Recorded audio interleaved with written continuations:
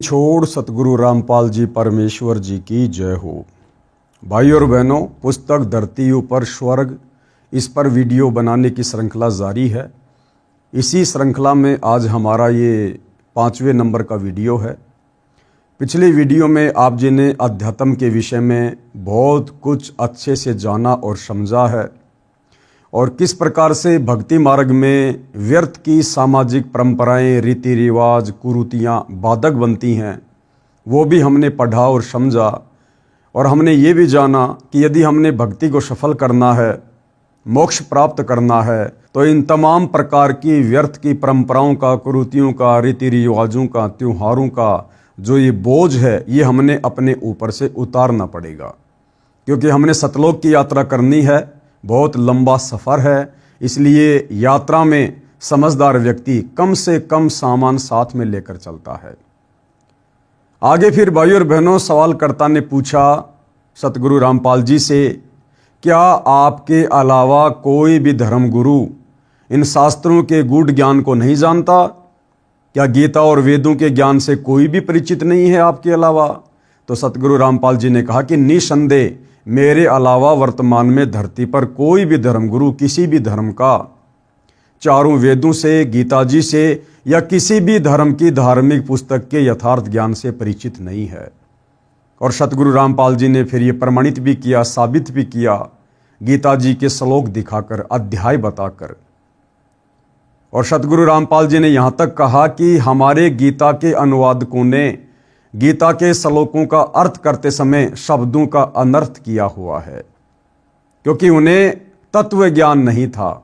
और तत्व ज्ञान के बिना, सृष्टि रचना के बिना हम कभी भी इन धर्मशास्त्रों के मर्म को नहीं जान सकते। तो किस प्रकार से वर्तमान के हमारे गीता के अनुवादकों ने गीता के श्लोकों के अर्थों का अनर्थ कर रखा है, वो भी सतगुरु रामपाल जी हमें दिखा रहे हैं, बता रहे हैं, ताकि हमें अध्यात्म के विषय में सही प्रकार से जानकारी मिल सके। अब गुरुदेव कह रहे हैं कि मैं इस बात का ये प्रमाण देता हूं, ध्यान व धीरज के साथ सुन व देख।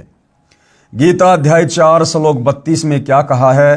पहले गीता प्रेस गोरखपुर से प्रकाशित तथा मुद्रित श्री जय दयाल गोविंदका जी द्वारा अनुवादित गीता में दिखाता हूं, जो उन्होंने अड़ंगा अनुवाद किया है। कृपया पढ़ो गीता अध्याय 4 श्लोक 32 की फोटोकॉपी। ये गीता अध्याय 4 श्लोक 32 है। एवं बहुविधा यज्ञा वितता ब्रह्मणे मुखे कर्म जान विधि तान सर्वान एवं ज्ञात्वा विमोक्षसे। इस प्रकार और भी बहुत तरह के यज्ञ, यानी गीता ज्ञान देने वाला अर्जुन को कह रहा है, समझा रहा है कि हे अर्जुन, इस प्रकार और भी बहुत तरह के यज्ञ मानी धार्मिक अनुष्ठानों की जानकारी वेद की वाणी में विस्तार से कहे गए हैं। यहां पर भाई और बहनों, ये जो शब्द है ब्रह्मणे, इसका अर्थ गीता अनुवादकर्ता ने अपनी ज्ञानहीनता के चलते वेद की वाणी कर दिया, जबकि यहां पर ब्रह्मणे शब्द का अर्थ होता है सच्चिदानंद घन ब्रह्म, यानी परमात्मा, पूर्ण परमात्मा, कबीर देव, परम अक्षर ब्रह्म। इस प्रकार और भी बहुत तरह के यज्ञ परमात्मा यानी सच्चिदानंद घन ब्रह्म की वाणी में, यानी उनके तत्व ज्ञान में, उस कबीर वाणी में, जो कबीर वाणी परमात्मा ने अपने मुख कमल से बोली है, उसमें विस्तार से कहे गए हैं। उन सब को तू मन, इंद्रिय और शरीर की क्रिया द्वारा संपन्न होने वाला जान। इस प्रकार तत्व से जानकर उनके अनुष्ठान द्वारा तू कर्म बंधन से सर्वदा मुक्त हो जाएगा। लेकिन गीता के अनुवादकर्ता ने गीता अध्याय 4 श्लोक नंबर 32 में इस ब्रह्मणे शब्द का गलत अर्थ कर दिया। ब्रह्मणे शब्द का अर्थ कर दिया वेद की वाणी, जबकि ब्रह्मणे शब्द का यथार्थ अर्थ है सच्चिदानंद घन ब्रह्म, यानी पूर्ण परमात्मा, कबीर साहिब की वाणी में, उनके तत्व ज्ञान में, उनके सूक्ष्म वेद में, कबीर सागर में विस्तार से सारे धर्म कर्म की जानकारी दी गई है। अब गुरुदेव भगवान ने इसका यथार्थ अनुवाद हमें समझाया है। इस अनुवाद में कई शब्दों के अर्थ गलत किए हैं, ब्रह्मणे शब्द का अर्थ वेद की तथा मुखे का अर्थ वाणी में किया है, जो गलत है। गीता अध्याय 17 श्लोक 23 में भी ब्रह्मणे शब्द है, वहां इसी अनुवादक ने अर्थ ठीक किया है। ब्रह्मणे का अर्थ सच्चिदानंद घन ब्रह्म किया है। यदि गीता अध्याय 4 श्लोक 32 में ब्रह्मणे का अर्थ सच्चिदानंद घन ब्रह्म किया जाए तो सही सरलार्थ हो जाता है, जो इस प्रकार बनता है। कैसे? जो गुरुदेव भगवान ने हमें समझाया है। परमेश्वर सबसे ऊपर के लोक में निवास करता है, वहां से चलकर पृथ्वी पर आता है। यथार्थ अध्यात्म ज्ञान यानी तत्व ज्ञान अपने मुख कमल से बोली वाणी में बताता है। अगर वेद की वाणियों में ही कंप्लीट अध्यात्म होता, तत्व ज्ञान होता, तो कबीर परमेश्वर को शतलोक से चलकर पृथ्वी पर प्रकट होकर अपने मुख कमल से तत्व ज्ञान के माध्यम से धर्म कर्म की जानकारी देने की आवश्यकता नहीं थी। तो वो परमात्मा यथार्थ अध्यात्म ज्ञान यानी तत्व ज्ञान, सूक्ष्म ज्ञान अपने मुख कमल से बोली वाणी में बताता है। एवं इस प्रकार बहुविधा बहुत प्रकार के यज्ञामानी धार्मिक अनुष्ठानों यानी यज्ञों पूजाओं का ज्ञान ब्रह्मणे यानी सच्चिदानंद घन ब्रह्म यानी परम अक्षर ब्रह्म के मुखे यानी मुख कमल से उच्चारित वाणी में यानी तत्व ज्ञान में विस्तार से कहा है। उन सब को कार्य करते करते किया जा सकता है, ऐसा जान। उन सब क्रियाओं को जानकर तू सर्वदा बंधन से मुक्त हो जाएगा। यानी उस तत्व ज्ञान के आधार से साधना पूजा करने के कारण तू कभी फिर जन्म मरण में नहीं आएगा। इस प्रकार तू मोक्ष प्राप्त करेगा। विशेष इन्हीं अनुवादकों ने गीता अध्याय 16 श्लोक 1 में यज्ञ का अर्थ प्रसंगवश धार्मिक पूजा व धार्मिक अनुष्ठान किया है, और इस गीता अध्याय 4 श्लोक 32 में भी यज्ञ का अर्थ पूजाओं किया जाए तो सरलार सही हो जाता है।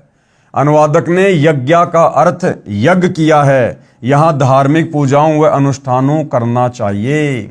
यानी गीता अनुवादकर्ताओं ने अर्थों का भी अनर्थ किया हुआ है अपनी नासमझी के चलते। गीता अध्याय 4 श्लोक 34 का इन्हीं अनुवादकों ने अनुवाद ठीक किया है, जिसमें कहा है कि उस तत्व ज्ञान को तू तत्वदर्शी ज्ञानियों के पास जाकर समझ। उनको भली भांति दंडवत प्रणाम करने से, उनकी सेवा करने से और कपट छोड़कर सरलता पूर्वक प्रसन्न करने से वे परमात्म तत्व को भली भांति जानने वाले ज्ञानी महात्मा तुझे उस तत्व ज्ञान का उपदेश करेंगे। गीता अध्याय 4 श्लोक 34। कृपया पढ़िए गीता अध्याय 17 श्लोक 23 की फोटोकॉपी, जिसमें ब्रह्मणे का अर्थ सच्चिदानंद घन ब्रह्म किया है। यानी जिस अनुवादकर्ता ने ब्रह्मणे शब्द का गलत अर्थ गीता अध्याय 4 श्लोक 32 में कर दिया, उसी ब्रह्मणे शब्द का सही अर्थ उसने गीता अध्याय 17 श्लोक नंबर 23 में सही किया है। ओम तत् सत इति निर्देशे ब्रह्मणे त्रिविध समर्तय ब्राह्मणा तेन वेद्या च यज्ञा च विहिता च पुरा। इस श्लोक में अनुवादकर्ता ने ब्रह्मणे शब्द का अर्थ बिल्कुल सही किया है, यानी सच्चिदानंद घन ब्रह्म। और इसी ब्रह्मणे शब्द का अर्थ यदि गीता अध्याय 4 श्लोक 32 में भी सच्चिदानंद घन ब्रह्म कर देता तो उस श्लोक का परफेक्ट अनुवाद होता। ओम तत् सत, ऐसे यह 3 प्रकार का, अब देखो यहां ब्रह्मणे शब्द है, इसका अर्थ बिल्कुल सही किया है। यानी ओम तत्सत, इस प्रकार ये 3 प्रकार का सच्चिदानंद घन ब्रह्म का नाम कहा है, यानी पूर्ण परमात्मा का नाम है, मंत्र है जपने का। उसी से सृष्टि के आदि काल में ब्राह्मण और वेद तथा यज्ञादि रचे गए। विशेष इससे स्पष्ट है कि वह तत्व ज्ञान श्रीमद् भगवद गीता में नहीं है। यदि होता तो गीता बोलने वाला यह कह देता कि उस अध्याय में बोला है, वहां पढ़ ले। दूसरी बात यह स्पष्ट हो जाती है कि उस तत्व ज्ञान सूक्ष्म वेद को स्वयं परम अक्षर ब्रह्म परमेश्वर अपने मुख कमल से बोलता है। उस तत्व ज्ञान बताने वाले तत्वदर्शी संत महात्मा की पहचान गीता अध्याय 15 श्लोक 1 में बताई गई है। क्या पहचान बताई गई है? आदि पुरुष परमेश्वर जिसकी मूल है, यानी वो परमपिता परमात्मा परम अक्षर ब्रह्म सारी सृष्टि की मूल है, उत्पत्ति का कारण है। उस ऊपर को मूल जाने, नीचे को शाखा वाले, जिस संसार रूप पीपल के वृक्ष को अविनाशी कहते हैं, उसके सब भागों के जो तत्व से जानता है, यानी उस संसार रूपी वृक्ष के सभी विभागों को जो तत्व से जानता है, वह वेद के तात्पर्य को जानने वाला वेदवित यानी तत्वदर्शी संत है। परमेश्वर कबीर जी सबसे ऊपर के लोक शतलोक में सशरीर चलकर पृथ्वी पर आए, अपने मुख से वाणी बोली जो सूक्ष्म वेद तत्व ज्ञान है। उसमें कहा है, कबीर अक्सर पुरुष एक पेड़ है, निरंजन वा की डार, तीनों देवा शाखा हैं, पात रूप संसार। अर्थात इस संसार रूपी वृक्ष का जो भाग धरती से ऊपर होता है वह तना तो अक्सर पुरुष है। यानी गीता अध्याय 15 श्लोक नंबर 16 में जो दो भगवान बताए गए हैं, क्षर और अक्षर। अक्षर पुरुष यानी जिसके पास सात संग ब्रह्मांड है, वो भक्ति रूपी पेड़ का तना है, और उसकी एक डार क्षर पुरुष जानो, यानी ये काल ज्योति निरंजन। वो क्षर पुरुष रूप डार पर लगी तीन देवताओं यानी रजगुण ब्रह्मा, सतगुण विष्णु तथा तमगुण शिव रूप शाखा जानो। उन शाखाओं पर लगे पत्तों को संसार के प्राणी जानो। आगे आपको विस्तार से वो चित्र दिखाकर भी समझाया जाएगा। गीता अध्याय 15 श्लोक 1 व 3 का ये सारांश है। इससे यह स्वयं सिद्ध है कि कबीर जी सच्चिदानंद घन ब्रह्म यानी परम अक्षर ब्रह्म हैं। उनके द्वारा बोला गया ज्ञान तत्व ज्ञान सूक्ष्म वेद है। अधूरे ज्ञान के कारण आपको यह भी शंका होगी कि जड़ यानी मूल कौन है तथा अक्षर पुरुष और क्षर पुरुष का वहां कहां प्रमाण है। उसके लिए सुनो, इस संसार रूप वृक्ष की मूल परम अक्षर ब्रह्म है, जिसका प्रमाण गीता अध्याय 8 श्लोक 3, 8 और 10 में है, जो पहले इसी पुस्तिका में बताया गया है। कहा कि गीता अध्याय 8 श्लोक 9 में जो कबीर देव अनादि है, सबका नियंता, सूक्ष्म से अति सूक्ष्म यानी सर्वशक्तिमान है, सर्वस्य धातारम यानी सबका धारण पोषण करने वाला है, अचिंत्य स्वरूप सूर्य के सदृश स्वयं प्रकाशित है, अविद्या से अति परे यानी अज्ञानियों की पहुंच से दूर, शुद्ध सच्चिदानंद घन परमेश्वर है। जो उसका सुमरण करता है वह उसी को प्राप्त होता है। गीता अध्याय 8 श्लोक नंबर 9 का ये सारांश है। इससे स्पष्ट हुआ है कि परम अक्षर ब्रह्म संसार रूप वृक्ष की जड़ है, क्योंकि मूल से ही पेड़ का धारण पोषण होता है। अब आगे अध्याय 15 श्लोक 16-17 में तीन पुरुषों यानी प्रभुओं का प्रमाण है। पढ़ो इन दोनों श्लोकों की फोटोकॉपी में, जिनमें कहा है कि अक्षर पुरुष व क्षर पुरुष तथा इनके लोकों के प्राणी नाशवान हैं। गीता अध्याय 15 श्लोक 16। इन दोनों से अन्य परम अक्षर पुरुष है जो अविनाशी परमेश्वर है, परमात्मा कहा जाता है, सबका धारण पोषण करने वाला है। गीता अध्याय 15 श्लोक 17। तो सबसे पहले पढ़ेंगे गीता अध्याय 15 श्लोक 1 की फोटोकॉपी। आदि पुरुष परमेश्वर मूल वाले यानी कबीर परमात्मा इस भक्ति रूपी पेड़ की मूल है, जड़ है, जिससे सबका पालन पोषण होता है।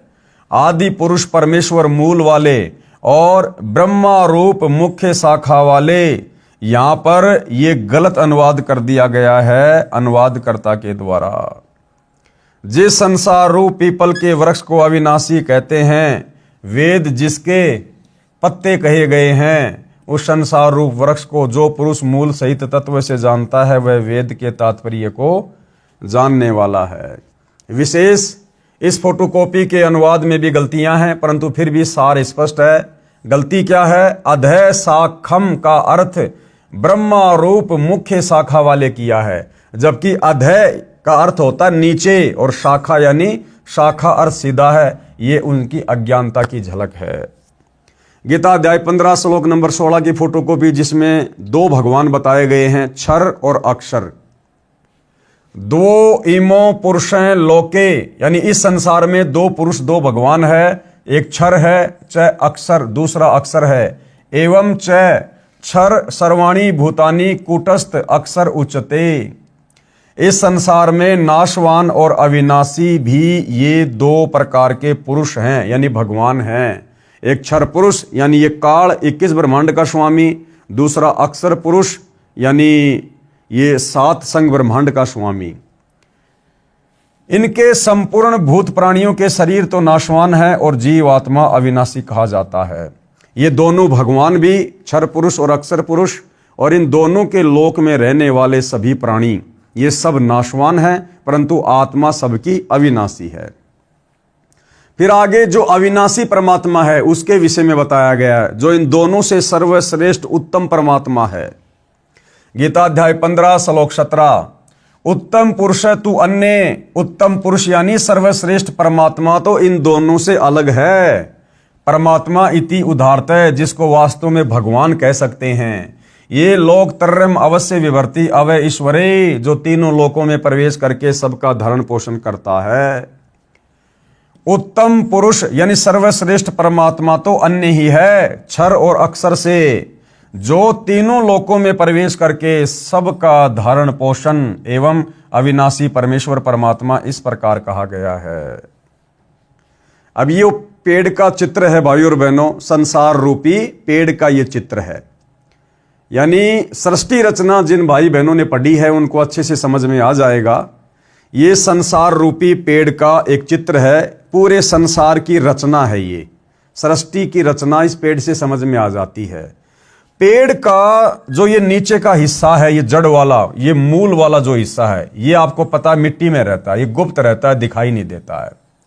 ये क्या है? ये पूर्ण परमात्मा है, सारी सृष्टि का मालिक है, जो आप और हमें दिखाई नहीं देता, गुप्त रहता है, क्योंकि हमें इसको देखने की विधि का पता नहीं है, इसको प्राप्त करने की विधि का प्राप्त नहीं है।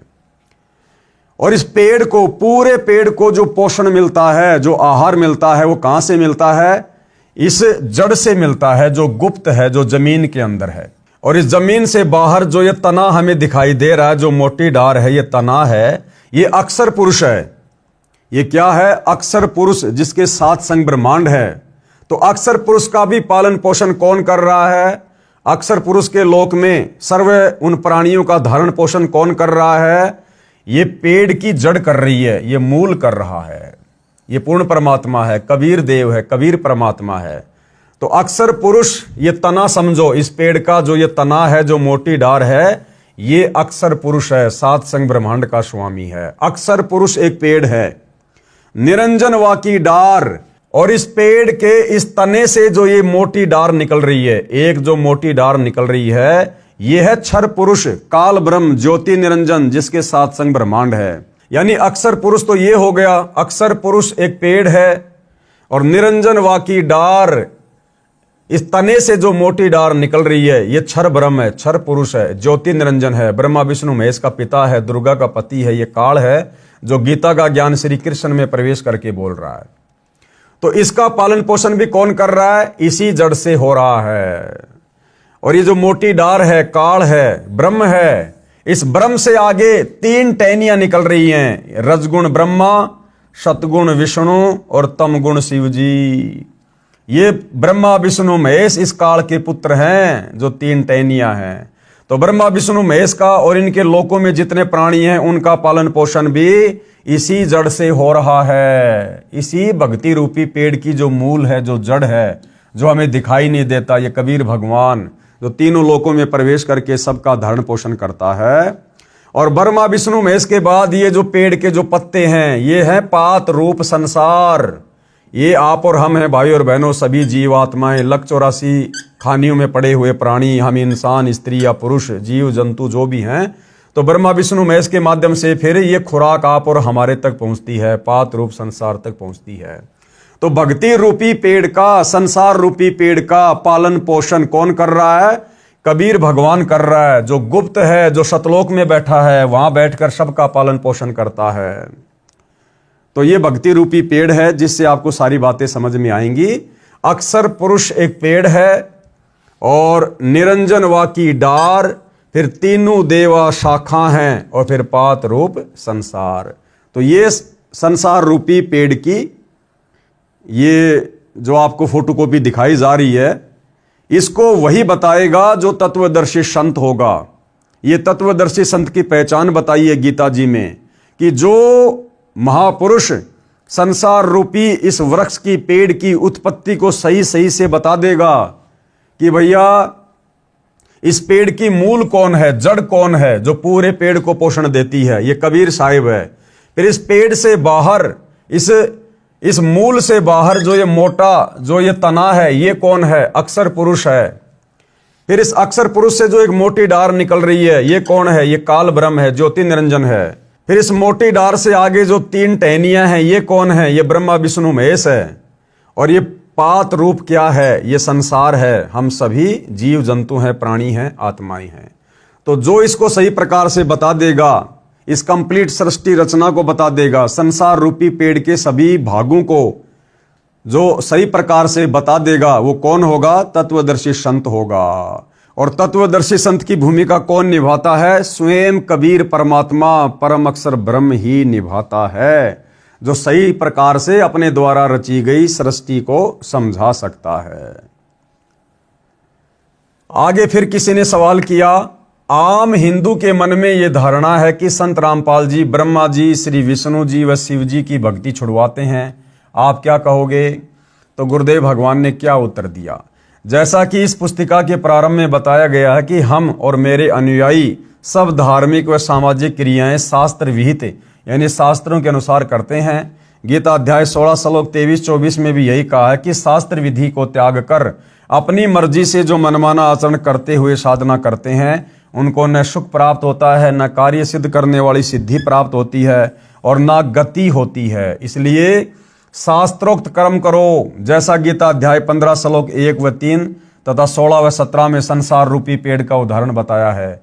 इस वृक्ष की मूल तो परम अक्षर ब्रह्म है, यानी कबीर देव है, और जो ये तना है ये अक्षर पुरुष है, अक्षर ब्रह्म है, और जो डार है वो मोटी डार कौन है? क्षर पुरुष, क्षर ब्रह्म है, काल है। और तीनों देवता रजगुण ब्रह्मा, सतगुण विष्णु, तमगुण शंकर, ये शाखा हैं, जो 3 जो टहनियां हैं, तथा जो पत्ते हैं वो संसार के प्राणी हैं। दास रामपाल दास ब्रह्मा विष्णु तथा शिवजी व देवी देवताओं का सम्मान करता है तथा धार्मिक कर्म शास्त्रोक्त करता है और करवाता है। इसी क्रम में भक्ति की विधि शास्त्रोक्त करनी होती है। जैसे कोई आम या पीपल आदि का पौधा नर्सरी से मोल लाए तो उसको अपने घर आंगन खेत बाग में रोपने के लिए गड्ढा खोदा, उसमें सब पौधों को मूल की ओर से यानी जड़ की ओर से गड्ढे में रखकर चारों ओर मिट्टी लगाई, फिर उसकी सिंचाई की, पौधा पेड़ बना, फिर उसका लाभ मिला। यदि कोई अनजान उस पौधे को शाखाओं की ओर से गड्ढे में रखकर मिट्टी लगाकर सिंचाई करे, क्या वह पेड़ बनेगा? कभी नहीं, नष्ट हो जाएगा। तो इस भक्ति रूपी पेड़ की ब्रह्मा विष्णु महेश तो शाखा है, शाखा। हमने शाखाओं की पूजा नहीं करनी, पूजा हमने पेड़ के जड़ की करनी है, सिंचाई पेड़ की जड़ की करनी है, जिससे पूरे वृक्ष को पोषण मिलेगा। लेकिन हम नादानी में क्या कर रहे हैं? हम नादानी में ब्रह्मा विष्णु महेश रूपी शाखाओं की पूजा कर रहे हैं। हमने भक्ति रूपी पौधा उल्टा लगा दिया, उल्टा बीज दिया, जिस कारण से हमें भक्ति का कोई लाभ वर्तमान में प्राप्त नहीं हो पा रहा है। ठीक इसी प्रकार हम शास्त्रों में बताए अनुसार भक्ति रूपी पौधा रोपते यानी लगाते हैं, जो शास्त्र विधि अनुसार है, लाभदायक है। यानी गीता अध्याय 3 श्लोक 14 और 15 में भी स्पष्ट किया है कि अविनाशी परमात्मा यानी परम अक्षर ब्रह्म जो धार्मिक अनुष्ठानों में यानी यज्ञों में प्रतिष्ठित है, अर्थात उसी को इष्ट मानकर धार्मिक अनुष्ठान, पूजाएं, यज्ञ आदि करने चाहिए। कृपया देखिए सीधा तथा उल्टा बीजा रोपा हुआ भक्ति रूपी पौधे के चित्र तथा पढ़े गीता अध्याय 3 श्लोक 14-15 की फोटोकॉपी। अब ये देखिएगा भाइयों और बहनों, इस भक्ति मार्ग को अच्छे से समझने के लिए आप और हमने किस प्रकार से भक्ति साधना करनी चाहिए। ये जो आपको पौधा दिखाया गया है ये शास्त्र विरुद्ध साधना का है, जो शास्त्र विरुद्ध साधना वर्तमान में पूरा हिंदू समाज कर रहा है, जिसको करने के चलते हमें भक्ति मार्ग का कोई लाभ प्राप्त नहीं हो रहा। आप भाई बहनों ने देख लिया कि भक्ति रूपी पेड़ की जो जड़ है वो कौन है? वो कबीर परमात्मा है। यानी पेड़ को जो पालन पोषण मिलता है, जो आहार मिलता है, जो पोषण मिलता है, वो जड़ से मिलता है। यानी जड़ उस पेड़ का पिता है, उसका बाप है, जो उसको सारा आहार दे रहा है, जिसके बलबूते पर वो पेड़ फल फूल रहा है। तो हम भाई बहनों ने क्या कर लिया? हमने करनी तो थी जड़ की पूजा, यानी भक्ति रूपी जो ये पौधा है, हमने इसकी मूल की सिंचाई करनी थी, जल की सिंचाई करनी थी, हमने पानी डालना था, खाद डालना था जड़ में। यानी हमने साधना भक्ति पूजा करनी थी जड़ की। लेकिन आप और हमने अज्ञानता में क्या कर दिया, हमारे धर्मगुरुओं ने क्या करवा दिया, ब्रह्मा विष्णु महेश रूपी शाखाओं की पूजा शुरू करवा दी। यानी हमने भक्ति रूपी पेड़ को जमीन में उल्टा गाड़ दिया। हमने ब्रह्मा विष्णु महेश की पूजा करनी शुरू कर दी, हमने टहनियों की पूजा करनी शुरू कर दी। अब यदि कोई व्यक्ति आम खाना चाहता है, नर्सरी से आम का पौधा लेकर आता है, तो वो क्या करेगा, घर में आकर आम को कैसे लगाएगा, आंगन में वो गड्ढा खोदेगा। गड्ढा खोदने के बाद में पेड़ को वो टहनियों की तरफ से जमीन में गाड़ेगा या फिर जड़ को जमीन में गाड़ेगा, तो जाहिर सी बात है वो जड़ को जमीन में गाड़ेगा। लेकिन हमारे धर्म गुरुओं ने इस भक्ति रूपी पेड़ की जड़ को तो ऊपर कर दिया, और जो टहनियां हैं ब्रह्मा विष्णु महेश जिनके फल लगते हैं, उनको जमीन के अंदर ही गड़वा दिया। यानी ब्रह्मा विष्णु महेश की पूजा करनी शुरू करवा दी, जिस कारण से हमारा ये भक्ति रूपी पौधा सूख जाता है। हमें किसी प्रकार का कोई लाभ अध्यात्म का नहीं होता है। यदि हमने भक्ति रूपी पेड़ को सही प्रकार से लगाया होता, यानी शास्त्र अनुकूल सही भक्ति हमने की होती, तो भाइयों और बहनों आप और हमें इस भक्ति का पूरा लाभ मिलता। तो आज वर्तमान में पूरा हिंदू समाज भक्ति कर रहा है, मंदिर में जा रहा है, हर प्रकार से तीर्थों पर धामों पर व्रत कर रहा है, भंडारे कर रहा है, लेकिन कोई किसी प्रकार का लाभ उसके भाग्य में कोई परिवर्तन नहीं हो रहा है। यदि परिवार में किसी की मृत्यु होनी है तो हो रही है, किसी की अकाल मृत्यु हो रही है तो हो रही है, किसी के ऊपर संकट आ रहे हैं, दुख आ रहे हैं तो आ रहे हैं। क्यों? क्योंकि हमने भक्ति रूपी पौधे को उल्टा बीजा हुआ है। अब यदि हमने भक्ति रूपी पौधे को सही प्रकार से बीजना है, यानी शास्त्र अनुकूल भक्ति करनी है, तो क्या करना होगा, इस प्रकार से करना होगा भाइयों और बहनों। क्योंकि ये भक्ति रूपी पेड़ है, इसकी जो जड़ है वो पूर्ण परमात्मा है, कबीर साहिब है, जो तीनों लोकों में प्रवेश करके सबका धरण पोषण करता है। गीता अध्याय 15 श्लोक नंबर 17, उत्तम पुरुष तु अन्य परमात्मा इति उदारते ये लोक तरम अवश्य विभर्ति अवेश्वरे। तो ये भक्ति रूपी पेड़ की जड़ है, मूल है, यानी पूरी सृष्टि का मालिक कौन है, कबीर परमात्मा। तो हमने उस कबीर परमेश्वर जी की पूजा करनी चाहिए, अपना इष्ट मानकर कबीर भगवान की हमने पूजा करनी चाहिए। जब कबीर भगवान की पूजा करेंगे तो ये खुराक कहां जाएगी, ये पेड़ का जो ये तना है, जो जमीन से बाहर है, मोटी डार, जो अक्षर पुरुष है, ये खुराक यहां जाएगी। अक्षर पुरुष से फिर खुराक कहां जाएगी, ये काल है, जो मोटी डार है, ये काल है, क्षर पुरुष है, ज्योति निरंजन है, ये ब्रह्मा विष्णु महेश का पिता है, यहां जाएगी। और फिर इस डार से, यानी इस काल ब्रह्म से फिर ये भक्ति रूपी खुराक कहां जाएगी, इस मोटी डार से जो 3 टहनियां निकल रही हैं, रजगुण ब्रह्मा, सतगुण विष्णु, तमोगुण शिव जी, इन तीनों देवताओं के पास हमारा संस्कार जाएगा। क्यों? क्योंकि हमने पूजा किसकी की, पूर्ण परमात्मा कबीर साहिब की हमने पूजा की, शास्त्र विधि अनुसार हमने पूजा की, इष्ट मानकर।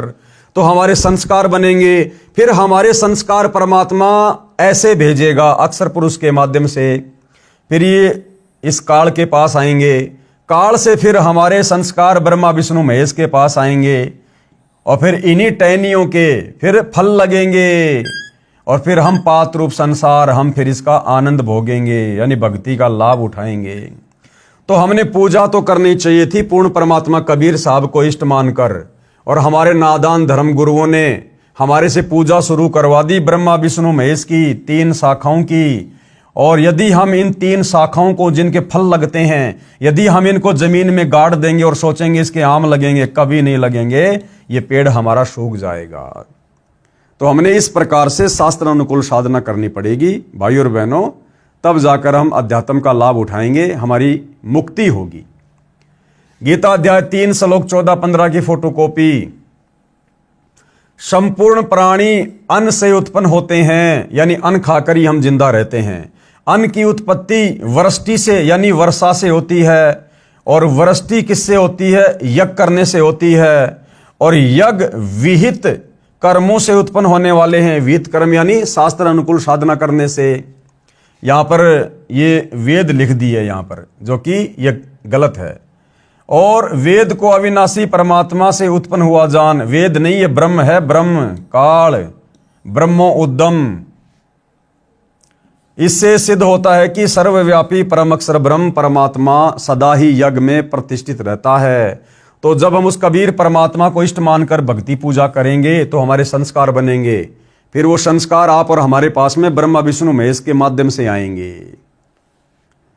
विशेष गीता अनुवादकों ने इन उपरोक्त श्लोकों के अनुवाद में भी ब्रह्म शब्द का गलत अर्थ वेद किया है, जबकि यहां पर ब्रह्म का अर्थ ब्रह्म ही रहना चाहिए, यानी काल, जिसका भावार्थ है कि सब प्राणी अन्न से उत्पन्न होते हैं, अन्न वर्षा से होता है, वर्षा शास्त्र विधि अनुसार किए जाने वाले यज्ञों धार्मिक पूजाओं से होती है, कर्म इस ब्रह्म यानी काल ज्योति निरंजन क्षर पुरुष से उत्पन्न हुए, तथा ब्रह्म को काल ज्योति निरंजन को तू अविनाशी परमात्मा, जिसका वर्णन गीता अध्याय 2 श्लोक 17, गीता अध्याय 8 श्लोक 3, 8, 10 में तथा गीता अध्याय 15 श्लोक 17 में है, उस परम अक्षर ब्रह्म से उत्पन्न हुआ जान। वही परम अक्षर परमात्मा यानी परम अक्षर ब्रह्म जो सर्वव्यापक है, कबीर देव यज्ञों में प्रतिष्ठित है, यानी इष्ट रूप में मूल रूप में पूज्य है। कबीर परमेश्वर जी ने सूक्ष्म वेद तत्व ज्ञान में बताया है कि कबीर एक साधे सब सदें, सब साधे सब जाए। यदि हम एक कबीर परमात्मा की पूजा करेंगे, भक्ति रूपी पेड़ की मूल की पूजा करेंगे, तो हमें सर्व लाभ प्राप्त होंगे। और यदि हम सबकी पूजा शुरू कर देंगे, उन पत्तों में पानी डालना शुरू कर देंगे, टहनियों में पानी डालना शुरू कर देंगे और जड़ में पानी नहीं डालेंगे, खाद नहीं डालेंगे, तो हमें कुछ भी लाभ नहीं मिलेगा। तो कहते हैं एक साधे सब सदें, पेड़ की जड़ की पूजा करने से पूरा पेड़ फलता फूलता है। एक साधे सब सदें, सब साधे सब जाए, और माली सींचे मूल को फले फूले अगाए। जो ज्ञानी आत्मा होगी, जो ज्ञानी भगत होगा, वो केवल मूल की पूजा करेगा, यानी मूल परमात्मा कबीर देव को इष्ट मानकर पूजेगा, तो भक्ति रूपी पौधा फलेगा फूलेगा, यानी भक्ति के सारे लाभ मिलेंगे, अंत में मोक्ष भी मिलेगा। अर्थात पौधे की मूल को मिट्टी में गाड़कर सिंचाई करने से पौधे के सब भाग, तना, डार, शाखा तथा पत्ते विकास करेंगे। एक के साधने से यानी एक की पूजा करने से सब सद जाएंगे। यदि पौधे को उल्टा रोप कर शाखाओं की सिंचाई करेंगे तो सब नष्ट हो जाएंगे, क्योंकि ये विधि गलत है। इसी प्रकार परम अक्षर ब्रह्म मूल रूप को इष्ट रूप में मानकर पूजा करेंगे तो सब देवता प्रफुल्लित बढ़ेंगे, यानी उनके पास हमारे धर्म कर्म शास्त्र प्रमाणित संग्रहित जमा हो जाएंगे। वे फिर हमारे कर्मों का फल हमें देते रहेंगे और बिना मांगे देंगे। गीता अध्याय 3 श्लोक 10 और 15 तक यही विस्तार पूर्वक बताया है कि शास्त्र अनुसार साधना भक्ति करके देवताओं यानी वृक्ष की शाखा रूपी देवताओं को बढ़ाओ। शास्त्रोक्त विधि से बढ़ाए हुए देवता तुमको बिना मांगे ही फल देंगे। यदि हम किसी फैक्ट्री में काम करेंगे, मेहनत से काम करेंगे, मर्यादा में रह के काम करेंगे, तो ऑटोमेटिक हमारी तनख्वाह बनकर मैनेजर के पास जाएगी और मैनेजर बिना मांगे हर महीने हमें तनख्वाह देगा ही देगा। तो यदि हम पूर्ण परमात्मा को इष्ट मानकर भक्ति करेंगे तो हमारे शुभ संस्कार बनेंगे। हमारे शुभ संस्कारों का फल इन्हीं ब्रह्मा विष्णु महेश के माध्यम से परमात्मा फिर हमें देगा, बिना मांगे देगा, ऑटोमेटिक देगा। जैसे पौधा पेड़ बना तो सब तना डार शाखा बढ़ी, विकास हुआ, फिर शाखाओं को फल लगेंगे, बिना मांगे ही लगेंगे। यानी शास्त्र विधि अनुसार साधना करने से हमारे धर्म कर्म बनेंगे। वे इन देवताओं ब्रह्मा विष्णु तथा शिव जी के पास जमा होते रहेंगे। ये कर्म फल ही देते हैं, ईमानदारी से देते हैं, बिना मांगे ही देंगे, क्योंकि हमारे शास्त्र अनुसार भक्ति कर्म है। अन्य जो शास्त्र विधि त्याग कर मनमाना आचरण करते हैं, यानी देवी देवताओं की पूजा करते हैं, ब्रह्मा विष्णु महेश को परमात्मा मान के पूजा करते हैं, उनको कोई धर्म कर्म पुण्य नहीं बनते, उनको कोई लाभ नहीं होता। इसलिए हम परम अक्षर ब्रह्म को इष्ट रूप में प्रतिष्ठित करके शास्त्रोक्त भक्ति करते हैं। कौन? हम सतगुरु रामपाल जी के भगत परम अक्षर ब्रह्म यानी कबीर देव को अपना इष्ट मानकर, और हमें पता चल गया कि वो कबीर देव वर्तमान में संत रामपाल जी के रूप में स्वयं धरती पर प्रकट है। अर्थात संत रामपाल जी के भगत केवल अपने गुरुदेव को इष्ट मानकर पूजा करते हैं, जिस कारण से हमें भक्ति से मिलने वाले सर्व लाभ प्राप्त होते हैं, जिससे सुख भी मिलता है, सिद्धि की प्राप्ति भी होती है, जिससे कार्य सिद्ध होते हैं तथा गति यानी मुक्ति भी होती है। मैं शास्त्र विधि अनुसार भक्ति करने को कहता हूं, भक्ति छुड़वाता नहीं। तो सतगुरु रामपाल जी क्या कह रहे हैं कि हमारे विषय में जो लोगों की गलत धारणा है कि संत रामपाल जी तो देवी देवताओं की पूजा छुड़वाते हैं, छुड़वाते नहीं बल्कि शास्त्र विधि अनुसार उनकी भक्ति करवाते हैं। गीता अध्याय 3 श्लोक 10 की फोटोकॉपी प्रजापति ब्रह्मा ने कल्प के आदि में यज्ञ सहित प्रजाओं को रचकर उनसे कहा कि हे तुम लोग इस यज्ञ के द्वारा वृद्धि को प्राप्त हो, यह यज्ञ तुम लोगों को इच्छित भोग प्रदान करने वाला हो। गीता अध्याय 3 श्लोक 11 की फोटोकॉपी। इस यज्ञ के द्वारा देवताओं को उन्नत करो, वे देवता तुम लोगों को उन्नत करें। इस प्रकार निस्वार्थ भाव से एक दूसरे को उन्नत करते हुए तुम लोग परम कल्याण को प्राप्त हो जाओ। गीता अध्याय 3 श्लोक 12 की फोटोकॉपी। यज्ञ के द्वारा बढ़ाए हुए देवता तुम लोगों को बिना मांगे ही इच्छित भोग निश्चय ही देते रहेंगे। इस प्रकार उन देवताओं के द्वारा दिए हुए भोगों को जो पुरुष इनको बिना दिए स्वयं भोगता है वह चोर ही है। यानी गीता अध्याय 3 श्लोक नंबर 12 क्या कह रहा है कि यदि हमने परम अक्षर ब्रह्म को इष्ट मानकर भक्ति की, हमारे संस्कार बने, वो संस्कार इन देवताओं के पास आए और ये देवता फिर हमारे को बिना मांगे सब कुछ देते हैं। और फिर यदि हम उस कबीर परमेश्वर को, परम अक्षर ब्रह्म को भोग लगाए बिना जो अन्न खाते हैं तो समझो फिर हम पाप खा रहे हैं। क्योंकि देवी देवताओं के माध्यम से हमें जो सुख मिलते हैं वो किसने दिए? परम अक्षर ब्रह्म ने, कबीर देव ने, परम अक्षर ब्रह्म ने। और फिर वो अन्न जो हमें देवताओं के माध्यम से मिल रहा है, ब्रह्मा विष्णु महेश के माध्यम से जो सुख सुविधा मिल रही है, यदि उस भोजन का, उस कबीर परमेश्वर को, इष्ट को भोग लगाए बिना हम खाते हैं तो समझो हम तो पाप खा रहे हैं, हम उसके चोर हैं, चोर। इसलिए भाई और बहनों, गीता अध्याय 3 श्लोक नंबर 13 क्या कह रहा है?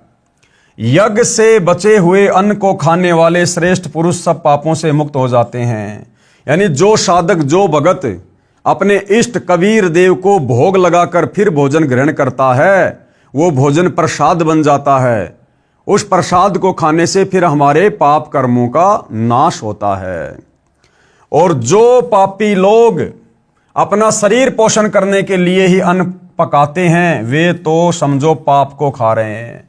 तो भाई और बहनों, इस दुनिया में, पूरी सृष्टि में, वर्तमान में दुनिया को तो यही नहीं पता कि वो परम अक्षर ब्रह्म कौन है जिसको इष्ट मानकर पूजा करनी चाहिए, सारी सृष्टि का मालिक कौन है। और जिन थोड़ी बहुत आत्माओं को इस बात का ज्ञान है कि वो कबीर भगवान है, वे आत्माएं हैं सतगुरु रामपाल जी के भगत। अब सतगुरु रामपाल जी के भक्तों में भी 90% को ये नहीं पता कि वो कबीर परमात्मा वर्तमान में कौन है, कहाँ है, जिसको भोग लगाकर अन्न खाने से हमारे पाप कर्म का नाश होगा। तो वो दया केवल सतगुरु रामपाल जी की चंद आत्माओं के ऊपर हुई है। और वो आत्माएं हैं साध संगति से जुड़े हुए सत्सेवक भाई बहन। क्योंकि सतगुरु रामपाल जी के मार्ग में वर्तमान में 2 पार्ट हो चुके हैं, एक सतलोक आश्रम, दूसरे साध संगति से जुड़े भाई बहन। तो साध संगति से जुड़े भाई बहन प्रतिदिन अपने घर पर अपने गुरुदेव को इष्ट मानकर, पूर्ण परमात्मा मानकर, विधि विधान अनुसार भोग की आरती के साथ भोग लगाकर अन्न ग्रहण करते हैं। यानी वर्तमान में यदि पाप कर्मों का नाश किन्हीं आत्माओं का हो रहा है तो केवल साध संगति से जुड़ी हुई आत्माओं का हो रहा है। हे जेंटलमैन, इस प्रकार गीता को मेरे अतिरिक्त किसी ने नहीं समझाया। कौन कह रहे हैं? सतगुरु रामपाल जी, सारा विवरण देकर। क्योंकि किसी को ज्ञान ही नहीं है। मैं इसलिए कहता हूं कि मेरे अतिरिक्त कोई भी सही साधना करता और करवाता नहीं है। हम अविनाशी परमेश्वर परम अक्षर ब्रह्म की भक्ति इष्ट मानकर करते हैं, जो सबका धारण पोषण करने वाला है, जो गीता ज्ञान बताने वाले से अन्य है, जो पाप काटकर सुखी करता है। उल्टे लटके संसार रूप वृक्ष के चित्र को तथा उल्टे सीधे भक्ति रूपी पौधों के चित्रों को ध्यान से देखो, सब आसानी से समझ आ जाता है। विश्व के मानव से अनुरोध करता हूं कि सारा जहान इसी परमेश्वर की शरण में आए और परम शांति यानी पूर्ण मोक्ष को तथा सनातन परम धाम यानी सत्यलोक को प्राप्त करके सदा सुखी रहे। अधिक जानकारी के लिए निम्न संपर्क सूत्रों पर संपर्क करें। इस पुस्तिका को या अन्य पुस्तक ज्ञान गंगा, गीता तेरा ज्ञान अमृत व जीने की राह आदि को निःशुल्क मंगवाएं। SMS में अपना पूरा पता, फोन नंबर लिखें, पुस्तक आपके घर पहुंच जाएगी। एक बार में एक पुस्तक के लिए SMS करना होगा, एक से अधिक एक SMS पर नहीं भेजी जाएगी। एक पढ़ो फिर दूसरी निःशुल्क मंगाओ। प्रचार प्रसार समिति बरवाड़ा, संपर्क सूत्र ये इनके मोबाइल नंबर हैं। धन्यवाद। सर्व मानव समाज का शुभ चिंतक रामपाल दास, शतलोक आश्रम बरवाड़ा, जिला हिसार, हरियाणा, भारत। तो भाइयों और बहनों, धरती ऊपर स्वर्ग पुस्तक पर वीडियो बनाने की श्रृंखला आज समाप्त हुई, क्योंकि ये छोटी छोटी पुस्तकें हैं, कोई 50 पेज की है, कोई 100 पेज की है, कोई 60 पेज की है। तो हम भगत भाई बहनों ने जो ये वीडियो बनाने की श्रृंखला शुरू की है, हमारा मकसद यही है कि हम भक्ति से दूर बैठे समाज को भी एक संदेशा दें, क्योंकि परमात्मा स्वयं संत रामपाल जी के रूप में धरती पर आए हुए हैं, प्रकट हैं, विद्यमान है। हम उनसे उपदेश लेकर शत भक्ति करके आत्मा का कल्याण करवा सकते हैं। जब तक इस गंदे लोक में रहेंगे, हमें सर्व सुख परमात्मा की मर्यादित भक्ति करने से मिलते रहेंगे। साथ में हम जितने भी भगत भाई हैं जो सतगुरु रामपाल जी के फॉलोवर हैं, हमें भी इन पुस्तकों के माध्यम से अध्यात्म के विषय में नई नई जानकारी मिलती रहे, क्योंकि बहुत सारी बातें अध्यात्म के विषय में पूज्य गुरुदेव भगवान ने सत्संगों में अपने मुख कमल से ना बोलकर इन पुस्तकों में अपने कर कमल से लिखकर छोड़ दी है। तो वो जानकारी भी हमें प्राप्त होती रहे, हमारा विश्वास भक्ति मार्ग पर बना रहे, और इसी प्रकार से हम मर्यादाओं के साथ गुरु को परमात्मा मानकर, ज्ञान को आधार बनाकर अपनी आत्मा के कल्याण के लिए निरंतर सत भक्ति मार्ग पर दृढ़ बने रहें। तो भाइयों और बहनों, आज इस पुस्तक के ऊपर वीडियो बनाने की श्रृंखला समाप्त हुई। अगली जो पुस्तक है उसका नाम है मानवता का हास तथा विकास। तब तक गुरुदेव भगवान हम सबको आज्ञा दें, आशीर्वाद दें, अनुमति दें। बंदी छोड़ सतगुरु रामपाल जी भगवान की जय हो।